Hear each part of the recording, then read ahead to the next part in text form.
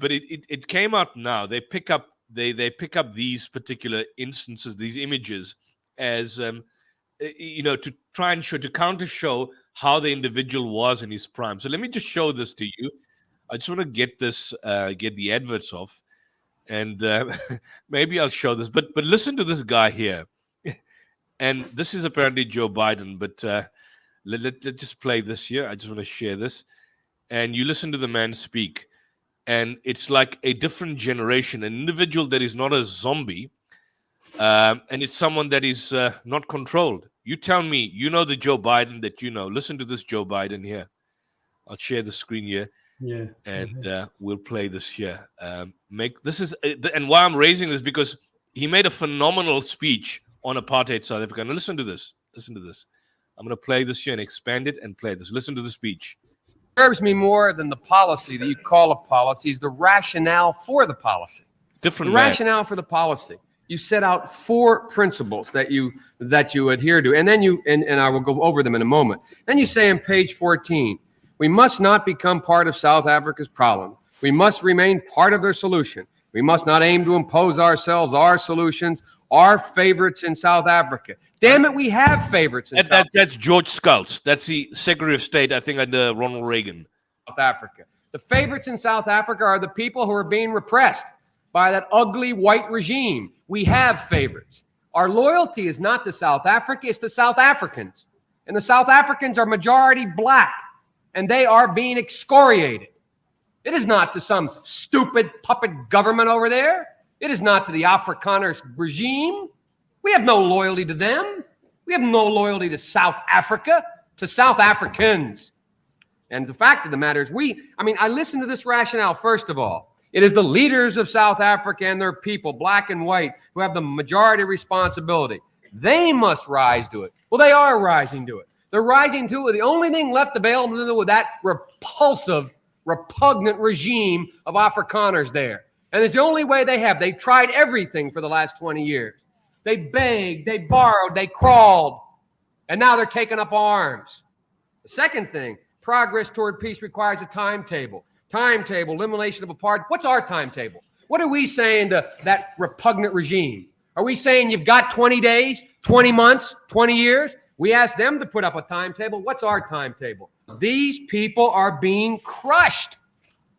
And we're sitting here with the same kind of rhetoric. The same thing we heard. We heard go slow. We heard we have to take care of the problem afterwards. We heard we can't impose. You are totally misconstruing the testimony that I gave. Read first. Furthermore, Senator, let me say that I hate to hear a senator of the United States calling for violence.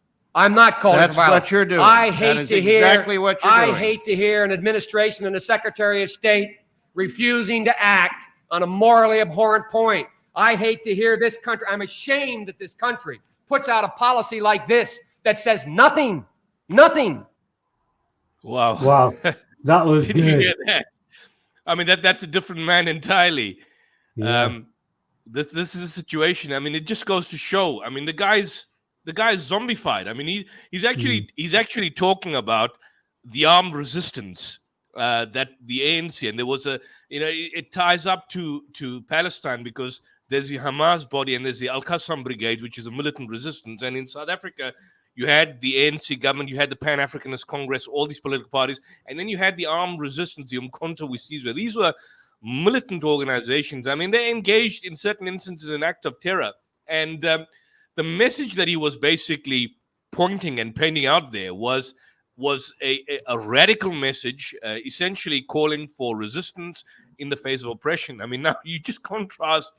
It appears to me, Brother Mohammed, that when these individuals then get to the highest echelons of power, either somehow or the other, they are systematically zombified. I mean, you look at Joe Biden, that was 1986. I understand, much younger back then. But you look at him now. I mean, besides, even a few years ago, he wasn't as demented as he is now, but he's like perpetually zombified. It's a different man entirely. He was excoriating his own administration, attacking the United States government for its policies. Look at him now. I mean, it's like he's like a puppet, and this is a problem.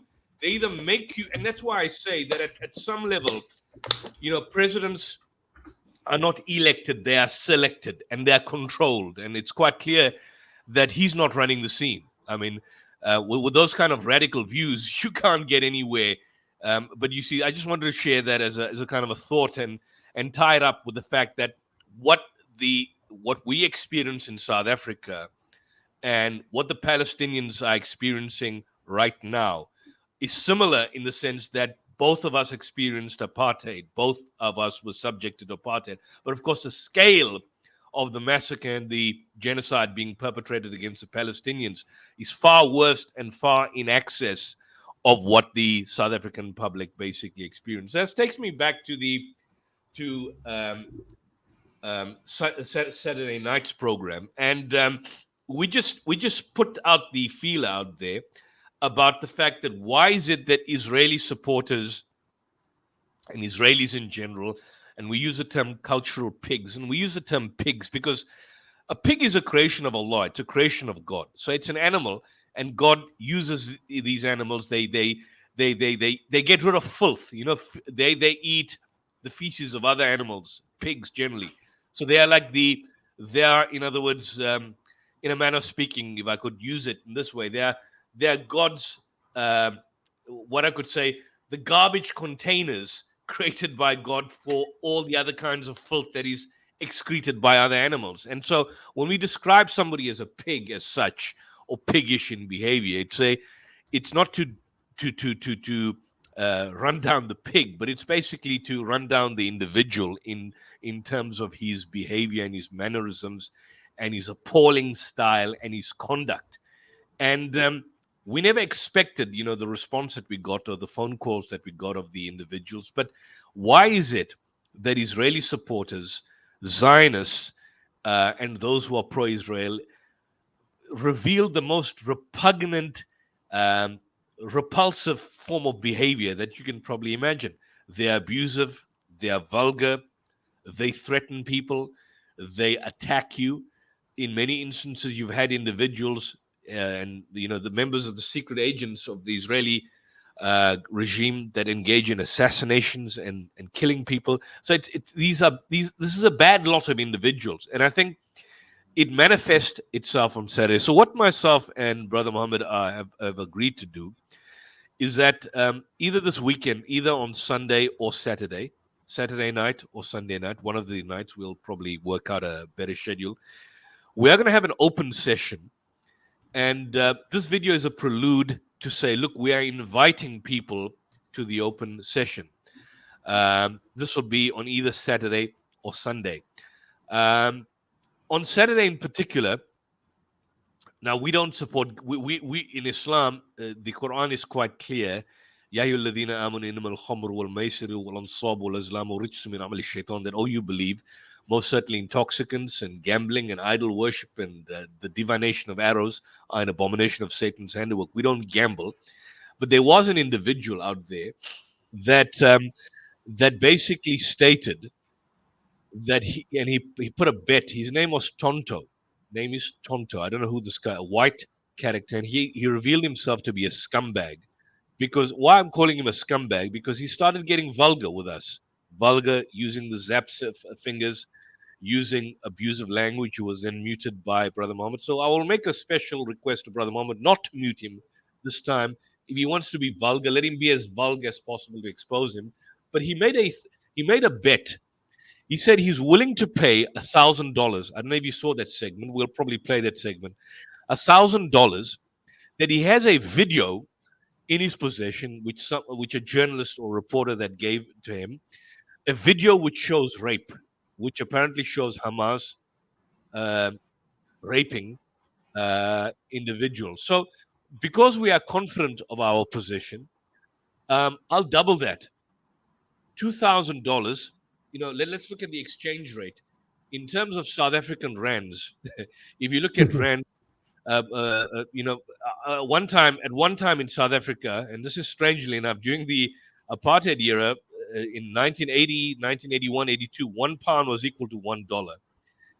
But at this juncture here, £1 is equal to, wow. I didn't even know the figures. £1 is 23 rands, 23 rands, Wow. 63. That's how low our currency. There was once upon a time, the pound, I believe in the 70s, was even slightly lower than the rand. That's how, for some reason, powerful our rand was.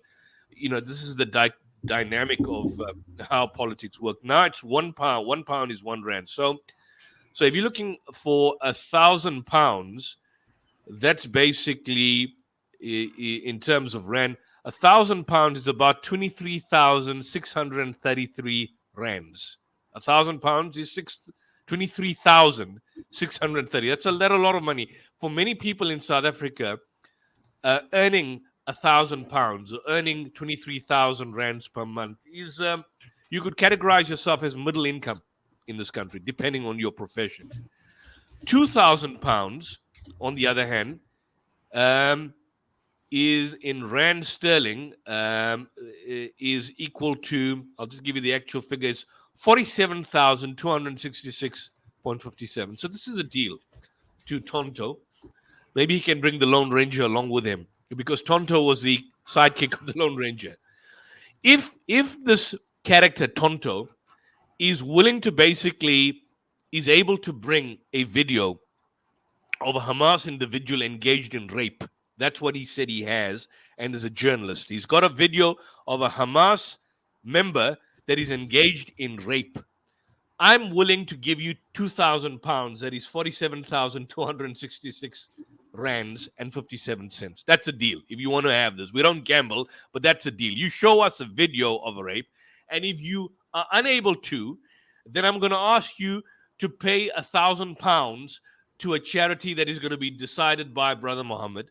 Be a man. Don't be a coward, because this video will be circulated to yourself, your friends, whoever out there. And if you are unable to show that video that you say that you have, and that this journalist friend of yours, this reporter of yours has, of Hamas raping someone, because we're going to ask you to play it.